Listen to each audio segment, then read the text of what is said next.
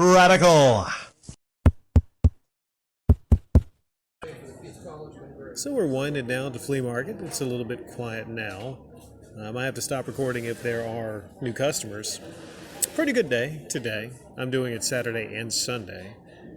And one thing I do is watch YouTube uploads while at the flea market, multitasking. And I went over to AVGN to kind of check out some of his recent uploads. I saw one recommended to me, a Contra. And I want to say Contra is probably one of the best uploads I've seen on that channel in the past couple of years. Not just because I like the Contra games, and I think they're some of the best released on the NES and the SNES, but there's just something very special about that particular upload. And I think there was some clever editing. Well, maybe not so much clever, but just nice editing with Shit Pickle being on the one controller when James was playing, and it went from hearts to shit, like dropping shit whenever they talked about Contra Force and some of the others. I did notice, however, that there seems to be a shift, like a noticeable shift on that channel, and James even mentions as much about what his channel is about. It seems to be James Rolfe is shifting his channel to be more nostalgia-based, hence the Contra retrospective, and his one upload talking about, was it memories of classic movies or talking about his collection? It's the video where he's talking about his collection. He walks around, he picks up different movies, goes into detail about some of the horror movies, which I liked, Bela Lugosi, Dracula. And I want to say I think that this is there's many decisions I think that they're making on the channel for the positive. He still does the shilling for various things, but it seems like the other people, the big guy, and the music stuff, the Rex Viper, the big guy, I don't see a whole lot of that on the channel. So it seems like this year he's actually there listening to a lot of criticism.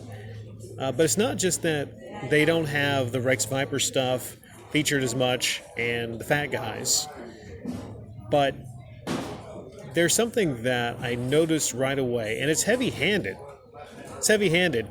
It's James Rolfe is making a specific pitch for the target demographic from the 80s and 90s.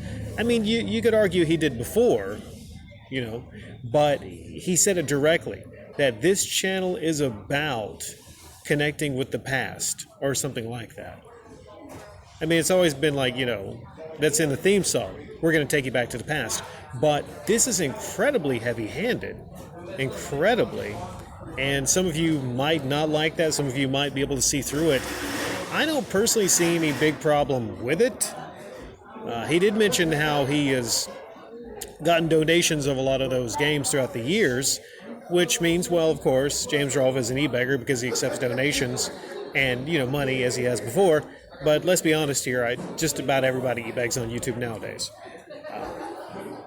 I'm curious to know what a lot of you think about this heavy-handed switch that he has to featuring nostalgia. I think it, works in with the channel quite well. And I think if his future uploads are like the Contra retrospective, I think that's a big change for the better.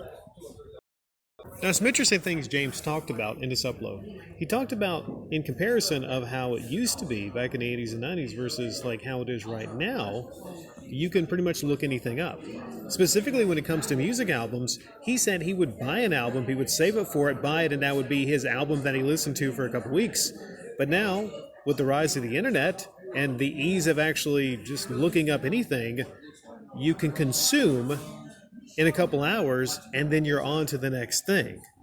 So his argument was basically, and I think he might have a point here, whether it's like Netflix, whether it's downloading music, you're consuming all this information, you're consuming all this stuff, and you don't really take the time to actually appreciate it fully.